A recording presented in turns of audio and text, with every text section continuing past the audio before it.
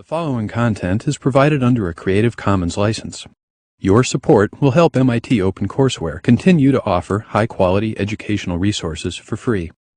To make a donation or view additional materials from hundreds of MIT courses, visit MIT OpenCourseware at ocw.mit.edu. Well, 802 is, of course, largely about electricity and magnetism.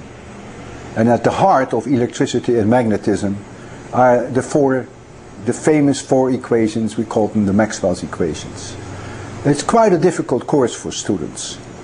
And I go out of my way to also introduce many phenomena that they see around them and make those phenomena connect with electricity and magnetism.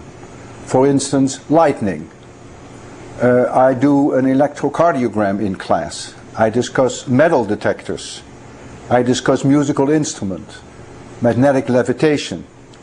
I talk about northern light, which is very relevant to electricity and magnetism. I spend almost the whole lecture on particle accelerators. I tell them why the sunsets are red and why the skies are blue. I talk about rainbows, about halos, about glories. I talk about color perception. And since I do Doppler effect, I also talk about Big Bang cosmology. And then during my very last lecture, I introduced them to my research, the research I did during my early days at MIT, when I was making X-ray observations from very high flying balloons, altitude of 140, 150,000 feet.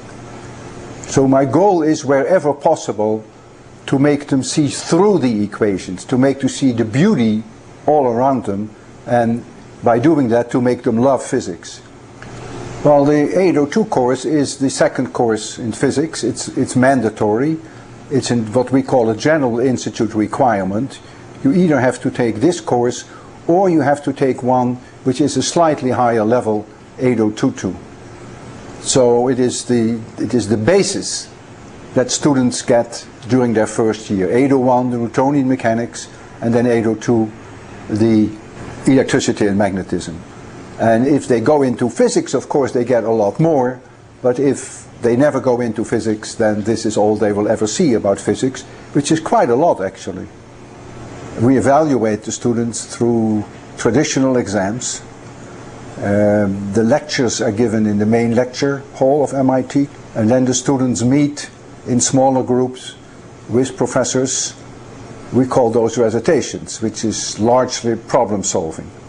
There are many events in this course. Every lecture is an event, and the students who have taken me will tell you that indeed going to my lectures is an event. I'm not a very traditional lecturer, so therefore I would really like to think that each lecture is an event. We do have a contest which is very, very popular. We hand to the students a piece of wood, some copper wire, a few paper clips, and 2 magnets, and the goal is to make an electric motor. And they get course credit depending upon how fast their motor is going. And this is really a real happening. It's an incredible event, and some of the motors are extraordinary in their design. If you and I would try to build a motor, you'll be lucky if your motor rotates 400 revolutions per minute. But let me tell you, some students go to the 5,000 revolutions per minute mark. It's really quite amazing, and they spend so much time on that. It's a wonderful event. It's really a happening. Well, my message to all educators is, what counts is not what you cover, but what counts is what you uncover. And this is often forgotten. So there is a general tendency, not everyone, but a general tendency to ram too much down the throats of the students and overlook that that's very anti-productive, because it goes one ear in, as we say in Holland, and it goes the other ear out again. So what you cover is not what matters, but what you uncover is what matters. And if you can somehow do it so that there are parts of the course that they will remember for the rest of their lives, that's even more important. If a student has come to my lectures on rainbows and halos and glories, for the rest of their lives, rainbows will never be the same. And they will always think of me when they see a rainbow. And in fact, sometimes 20 or 30 years after a lecture, they send me still pictures. And they say, Professor Lewin, I saw a rainbow, and I thought of you, and here's a picture.